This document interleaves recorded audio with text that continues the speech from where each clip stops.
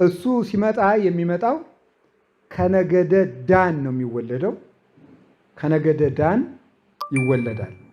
ከዳን ወገን ነው የሚወለደው። ከዳን ወገን ተወልዶ ከአንዲት ድንግል ነው የሚወለደው። ድንግል ነኝ እሱ በውሸት ድንግል ከምትሆን ማለት ነው። ድንግል ናት ግን አመንዝራ የሆነች ግን በአፏ ድንግል ነኝ የምትል ተደብቃ ትቀመጣለች። ከኤሳው ወገን የመጣ የሆነ ሰው መጥቶ ከመቃብር ቤት እሷ ጋር አንድ ይሆናል። ተወልደዋለች። በስውር ያድጋል። ዲያብሎስ ይወዳጀዋል። ሐሳዊ መሲህ ሐሳዊ መሲህ ሰው ነው እንድታውቁ፣ የሰው ዘር ነው። ከማን የሚወለደው? ከዳን ነው። ኦሪት ዘፍጥረት ምዕራፍ 49 ላይ ዳን እንደ እባብ ይናደፋል፣ የፈረሱን ሰኮናም ይነድፋል ይላል። እባብ ብሎታል። ዳን እንደ እባብ ይናደፋል፣ የፈረሱን ሰኮና ይነድፈዋል፣ ፈረሰኛውም ይወድቃል ይላል። ስለዚህ ምን አለ?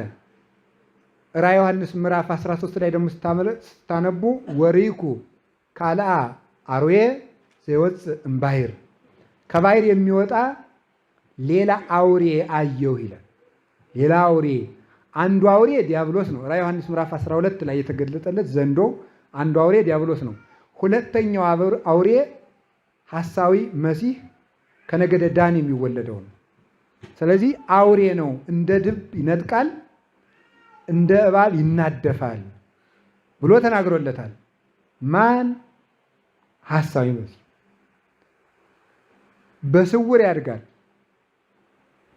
የሐሳዊ መሲህ መልኩ ክፉ ነው። አንድ አይኑ ልም ነው። የቀኝ አይኑ ደም የለበሰ ነው። እግሩ የተጣመደ ነው ወደዚያ። ከንፈሩ እታች የደረሰ ነው። የታችኛው ከንፈሩ ዘያአቢ እንደዚህ ብሎ በቃ ይህ ቅጥህ የማይባል ነው። እንደዚህ ያለ ሰው ነው። ይወለድና በድብቅ ያደርጋል፣ በስውር ያድጋል። ሰይጣን ይዋሃደዋል። ከዚያ በኋላ ማስተማር ይጀምራል። እሱ ምን አለው? 10 ቀንድ 7 ራስ አለው። ዘአሰርቱ አቅርንቲሁ ወሰባቱ አርእስቲሁ ወውእቱ አርዌ ይመስል ነምረ። ያ ሐሳዊ መሲህ ነብር ይመስላል ይላል። ነምር ይመስላል። ወአፍሁ ከመድብ፣ አፉ ደግሞ እንደ ድብ ነው። ወእገሪሁ ከመአንበሳ፣ እግሮቹ ደግሞ እንደ አንበሳ ያሉ ናቸው ይላል። ማን? ሐሳዊ መሲህ። የሐሳዊ መሲህ ከዛ ምልክት ያደርጋል። ከራሱ ላይ ወውስተ አርእስቲሁ ጽሑፍ ጽርፈት ይላል። በራሱ ላይ ስድብ ተጽፎበታል ይላል። እኔ አምላክ ነኝ የሚለው ነው። እኔ አምላክ ነኝ የሚል ጽሑፍ ያርፍበታል። ከዚያ በኋላ ሰውን ሁሉ እያስተማረ እኔ ክርስቶስ ነኝ ይላል። ያስተምራል። ታምራትን በሙሉ ያደርጋል። ፀሐይን ሳይዝ የያዘ መስሎ ይመጣል። በእጁ ጨረቃን ሳይዝ የያዘ መስሎ ይመጣል። ሁሉንም ታምራት ያደርጋል። ምን እስከሚባል ድረስ ነው የሚያመጣው? ክርስቶስ ካደረጋቸው ታምራትማ የዚህ ሰውዬ አይሻልም ወይ እስከሚባል ድረስ የሚያደርስ እንዲህ አይነት ታምራትን ያደርጋል። ለሚያምኑበት ምልክት ይሰጣቸዋል። ምልክቱም 666 ይሄ መከረኛ ቁጥር 666 ይባላል። ይሄንን 666 የሚባል ጽሑፍ ይጽፍበታል። ይሄ የአውሬው ቁጥር ነው፣ ቁጥሩም የሰው ቁጥር ነው ይላል ራዕየ ዮሐንስ። ሁልቆ ሰብኡቱ የሰው ቁጥር ነው። ቁጥሩ 666 የሚለው የሰው ቁጥር ነው ይላል ዮሐንስ በራእዩ። ስለዚህ 666 ቁጥር አለው። ያንን ቁጥር ለሚያምኑበት ምልክት አድርገው በግንባራቸውና በቀኝ እጃቸው ላይ ይጽፉታል። ያንን የያዙ መገበያየት ይችላሉ። ያንን ያልያዙ ሰዎች ግን መገበያየት አይችሉም። ስለዚህ ምን ያደርጋል? ያስጨንቃቸዋል ማለት ነው። በትምህርት በምን እንደሚያስጨንቅ ልብ በሉ። በትምህርት ያስጨንቃል፣ በታምራት ልብ ይሰልባል። ከዛስ ደግሞ ምን ያደርጋል? ደግሞ በኑሮ ያስጨንቃል። መኖር እንዲያቅተው ማለት ነው። ሰው መኖር እንዲያቅተው ያደርግ፣ በኑሮ ይመጣበታል። መጨረሻ ላይ ምን ያደርገዋል? ደግሞ ይገላቸዋል። እምቢ ያሉት እንደዚህ አድርጎ በቤተ መቅደስ ላይ በሙሉ የእሱን ስዕል ያቆምበታል። ለእሱ እንዲሰገድለት ያደርጋል። ግፍን ሁሉ ያደርጋል። አውሬ ይመስላል የተባለው ይሄ ምንድን ነው የሚባለው? እንደ ነብር ይመስላል የተባለው ነብር ፍጥነት፣ ንፉግነት እና ጭካኔ ያለው ነብር ቶሎ ብሎ ምንድን ነው የሚያንቅ? አንገት አይደለም። የቤተ ክርስቲያን አንገቷ ምንድን ነው? ሃይማኖት ነው። ስለዚህ ሃይማኖቷን ያንቃታል ማለት ነው። ነብር ፈጣን ነው። ሐሳዊ መሲህም ፈጥኖ ያሳስታል።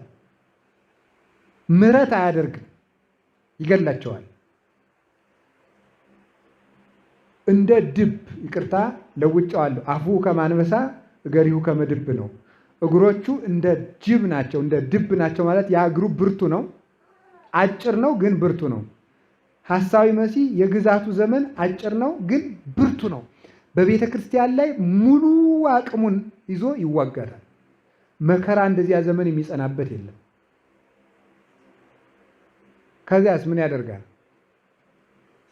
እንደ አንበሳ፣ አፉ እንደ አንበሳ ነው ማለት አንበሳ ሲያገሳ አራዊት እንዲደነግጡ የሚያሸብር አዋጅ ያውጃል ማለት ነው። 7 ራሶች አሉት።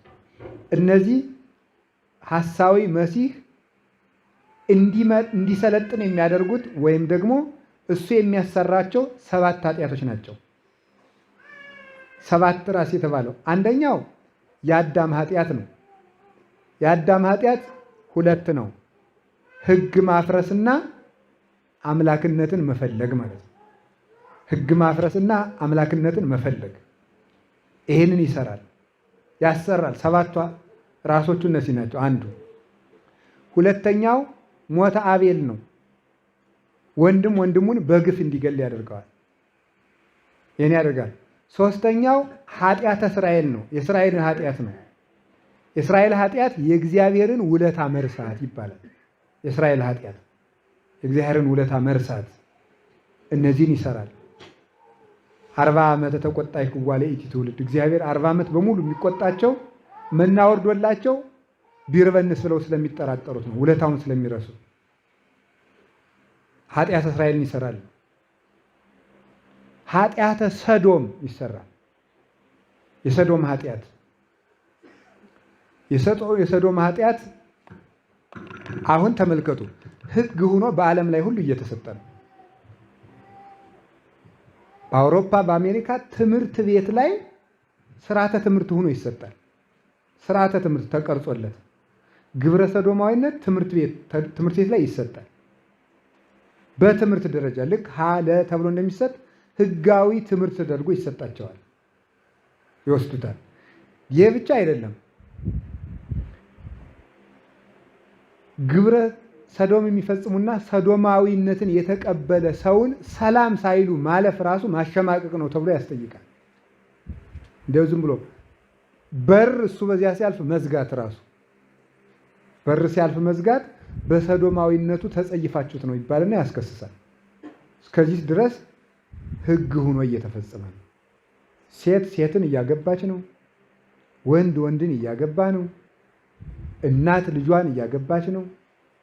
አባት ልጁን እያገባ ነው። አሁን ፊንላንድ፣ ጀርመን እነዚህ ሁሉ ፈቅደዋል። ይሄንን አክስት አጎት ቆይቷል። እናትንና ልጇን ደግሞ አባት ሴት ልጁን እንዲያገባ 5 ሆነው እንዲጋቡ ሳምቦ የሚባል ጋብቻ አላቸው። 5 ሴትና 5 ወንድ ሆነው ይጋባሉ አንድ ላይ።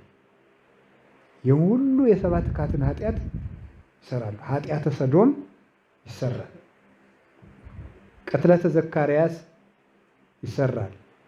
ቅትለተ ዘካርያስ የሚባለው የትኛው ነው? የካህናት በቤተ መቅደስ መገደል ማለት ነው። እየተገደሉ አይደለም ዛሬ የተገደሉ ካህናትን በቤተ መቅደስ መግደል፣ ይሄ ይሰራል። በኋላ ደግሞ ምን ይሰራል? ሞተ ወልደ እግዚአብሔር ይሰራል። የክርስቶስ በግፍ መገደል ማለት ክርስቲያኖች ክርስቲያን በመሆናቸው ብቻ ይገደላሉ።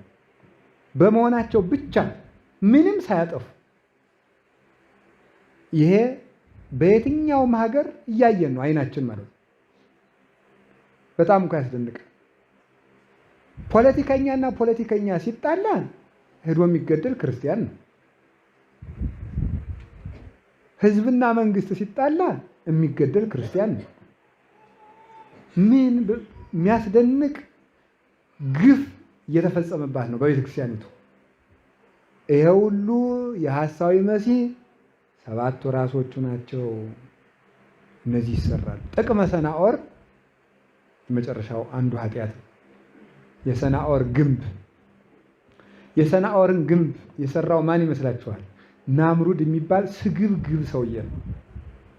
በዓለም ላይ የሚነሱ ስግብግብ ነገስታት ሁሉ የናምሩድ አባታቸው ናምሩድ ነው። ከሱ ነው የተማሩት ነው የሚባለው። አስመሳይ፣ አስተባብሮ ተንኮል የሚያሰራ እግዚአብሔርን የሚዋጋ ንጉስ ማለት ናምሩድ። እግዚአብሔርን ለመዋጋት ግንብ የሚሰራ ማለት ነው። ይህ ማለት የሰራዊት ግንብ፣ የተንኮል ግንብ፣ የምክር ግንብ፣ የእግዚአብሔር መንግስት ለመዋጋት የሚሰሩ ነገስታት ናቸው። እግዚአብሔር ለመዋጋት ይሄ ሁሉ ይሰራል። ስንት ራስ አለው? ስንት ቀንድ አለው? 10። እነዚህ ደግሞ የእሱን መንግስት የሚቀበሉት ምኖች ናቸው? ባለስልጣኖቹ ናቸው፣ ነገስታት ናቸው። 10 ቀንዶች የተባሉት በቀንድ ይወጉበታል አይደለም? ቤተ ክርስቲያንን የሚወጋባቸው የሐሳዊ መሲህን ፈቃድ የሚያስፈጽሙ ነገስታት ናቸው። እነዚህ 10 ቀንዶች አሉት። አንድ 10 ቀንዱ ነው የተባለ እንደ ዘንዶ ጨካኝ ነው ማለት ነው። እንደ ዘንዶ ጨካኝ ነው። ከይሲ ዘአስር ቀርኑ ብእሲ ዘክሌ ልሳኑ ይባላል። ጨካኝ ነው፣ ዋሾ ነው፣ ደግሞ ውሸታም ነው። 5ቱም የውጩ 5ቱም የውስጡ ህዋሳቶቹ በሙሉ ቤተ ክርስቲያንን ለማጥፋት ይጠቀምባቸዋል። ጌታ ታስታውሳላችሁ፣ 5 የውጭ 5 የውስጥ ህዋሳት ሰጥቶናል። በእነዚህ እግዚአብሔር እናገለግልበታለን። ሐሳዊ መሲህ ግን 10ሩንም ህዋሳቱን እግዚአብሔርን ለመዋጋት ይጠቀምበታል። ይህን ያደርጋል። የአውሬው እሱ የሚወጣ ከምንድን ነው? ከባህር ነው የወጣ። ክርስቶስ የወጣ ከየት ነው? ምሕረቱ ከየት ነው? ከሰማይ አትሉም እንዴ? አቤት ማባዌ ወጻይኩ አይደል? ወመጻይኩ ዘየ ከአባቴ ወጣሁ ወደዚህም መጣሁ፣ ከሰማይ ወርጄ መጣሁ ነው ያለ። ክርስቶስ ከሰማይ ነው የወረደ። ሐሳዊ መሲህ ግን ከዓለም ነው የሚገኝ፣ ከዓለም ይገኛል። ስለዚህ ምን ማለት ነው? ከባህር ሲወጣ አውሬው ከባህር የወጣ ነው ማለት ዓለም የምትከተለው ሰው ነው። ዓለምን ባህር ይላታል። ሞገዷ የበዛ ነው። ይህች ዓለም ሁከቷ ብዙ ነው። ባህር ነፋስን ተከትላ ትጓዛለች። ዓለምም ወረተኛ ናት። ስልጣንን ተከትላ ትሄዳለች። ከዚህ የተነሳ ከማፍቀሯ መጥላቷ ይቀድምባታል። ልክ እንደ አምኖን ፍቅር ናት። አምኖን ትዕማርን ነይ ብሎ አስመጣ። እህል አልበላው እስኪል ድረስና ሰውነቱ እስከሚከሳ ድረስ ይወዳት ነበር። የማይገባ ስራ ከሰራ በኋላ ግን ቀድሞ ከወደዳት ፍቅር ኋላ የጠላት ጥላቻ በለጠ ይላል። ይህንን ያህል የዓለም ፍቅር እንደዚያ ነው። ከመውዳዷ መጥላቷ ይጸናል። ይሄንን የሚያደርግ ከባህር የሚወጣ ነው። መነሻው ምቾት ነው። አሁን ይሄን ምን ያደርጋል እሱ? ሐሳዊ መሲህ ቁጥሩ ስንት ነው? አቤት 666 666 ነው ማለት ሰውየው ሰው ነው ማለት ነው። ሲሰው በሉ የሰው ልጅ የደም ስሮቹ ናቸው እነዚህ። የሰው ልጅ የደም ስሮቹ ስለሆኑ ቁጥሩ 666 ነው ማለት ሰው ነው ማለት። ሰው ሁሉ ወደ ኋላው የሚሄድ ሆኗል። የሁሉ ምልክት ይደረጋል ሆኗል። እንግዲህ ብዙ ሐሰተኛ ነቢያት ይመጣሉ፣ መጥተዋል። ሐሰተኛ ነቢያት አሁን በቅርብ ጊዜ እኮ ማርያም ነኝ ብላ መታ ነበር አዲስ አበባ። ልጇ ሲጸዳዳ ተሸፈኑለት እየተባለ ጌታው በስንት ብር ዋስ ነው መንግስት ለቀቃት ፍርድ ቤት መታ ነበር አዲስ አበባ። 72 ሰው አስከትላ እንደ እያለች በቃ ያ ይመጣል።